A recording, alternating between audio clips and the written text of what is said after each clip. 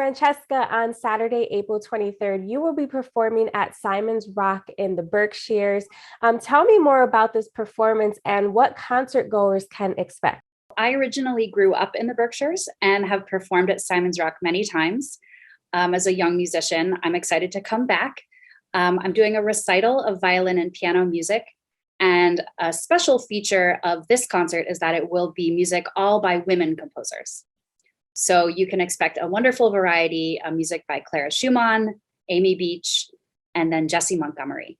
You recently released your album entitled Brave New Worlds, Music from the Americas. What was the motivation and vision behind this album? The pianist that I work with, Matthew McCreight, and we've performed concerts together over a number of years.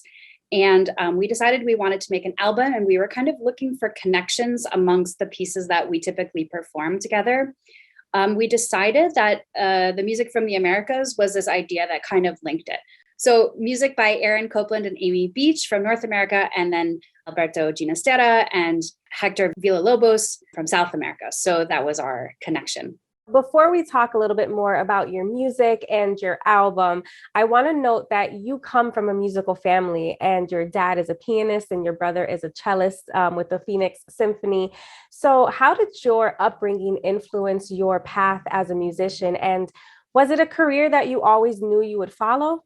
My brother and I started playing musical instruments when we were quite young, and that was a main focus of our childhood. I decided when I was, I think, 12 that I wanted to be a professional violinist. And I didn't really know what a professional violinist was, but I was just like, I love this. This is going really well. I was so excited about all of the amazing repertoire and like pieces that I was playing.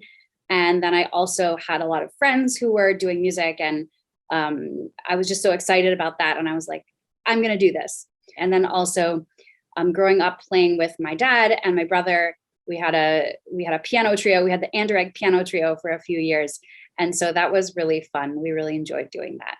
One of the things that really interested me about your new album was just kind of learning the background of all the different music from throughout the Americas.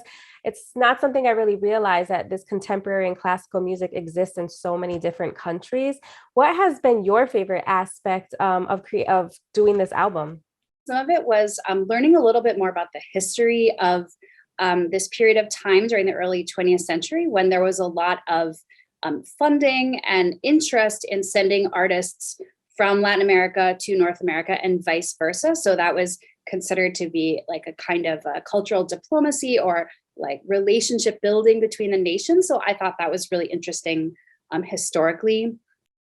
And then I think recording is a very special process as a musician, because it's very time intensive and it's very hard, but you get to sort of listen to, and especially after you've recorded it, when you're listening to how to put it together, and you hear almost like so many different versions of how you could put it together.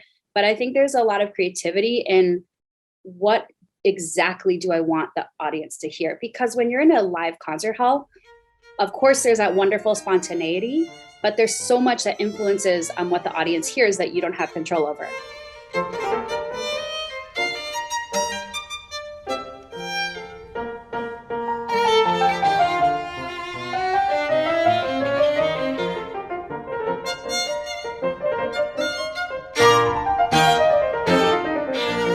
Like somebody coughs, or let's say the piano is like louder in one concert hall, or just how much does the sound echo, or there's so many of those tiny things that you just don't even know, and it can always be different. And that's very exciting. But I think on a recording, you have the ability using technology to control exactly how much reverberation there is, and just getting really into the details of that, and being really creative with that to say, like, this is really what we want the audience to hear in this piece. And the composers are described for this album as using music's power to expand our sense of space and time. How do you feel that contemporary music is really good at doing this? That's an excellent question. Thank you. So, so because a lot of times music that's particularly slow will kind of alter our sense of time, right? or music that has unusually long phrases. And that's certainly true in the third movement of the Amy Beach Sonata for violin. The phrases are like 2 minutes long. I mean, usually we think of phrases as like 4 bars, but these are just so long phrases. And so in that way it can influence. It can also, composers can use music to influence our sense of time in other ways. So sometimes, for example, in the Copland, there's a lot of like unpredictability in how the music unfolds. And I think that also kind of alters our sense of time. So I think there's just a certain freedom to how these particular composers used time, which alters the experience when we listen. And so that's something interesting to realize, as a musician and as a listener. And in addition to being a musician, you are also an educator and mentor of young artists, which I think is amazing to kind of educate the next generation. So how do you kind of promote the importance of contemporary and classical music to your students? And where do you see this genre evolving with them? I require my students to play a piece of contemporary music, usually their second year. And so just to get to know the style a little bit. And I actually give them a huge choice. I give them like 30 pieces by different composers. And I say, go listen to all of this music, and then you pick the one that you want to play. And there's so many different techniques that contemporary composers use. So I think that kind of opens their ears, and it also challenges their skill. And then if they want to go on, there's like even more to explore. So I always say, like, we have to play one, and we start with this one, but you get to choose. Because there's just so many different varieties and styles within contemporary music. You mentioned how the composers kind of broke down those social barriers and culturally were kind of mixing and influencing styles with one another. Is this kind of the key to preserving the musical genre and also educating people? How do we kind of spread the word of contemporary and classical music to others? So I think for example, in the piece by Aaron Copland, you can hear that richness of style. And like, as you implied, Copland traveled to Mexico and loved Mexican music, promoted the music of other Mexican composers. And so I think if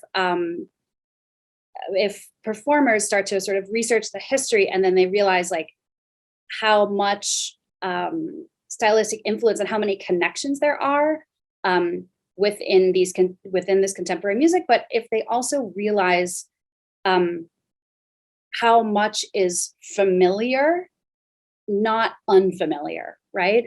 Because sometimes the word contemporary turns people off a little bit, and they say like, oh, we don't want to listen to that, it's going to be unfamiliar. But when you realize how much influence and connection there is from the past into something that's like labeled contemporary, then I think that gives what we call an entry point into the music. It gives the listener more attachment to it and more recognition and connection to things that they already know, which I think is very important. And what is it about this genre that you connect with and love so much? I think partially it's just like a sense of variety. So for me, I love to learn things that are new to me and work with composers. So I feel that as a musician and as a violinist, it keeps me kind of on point, I would say, to keep learning and not stagnating. And then I also like the challenge of figuring out how to present this music to audiences and bring it in front of people and say that, it's worthy of recognition and respect and listening to.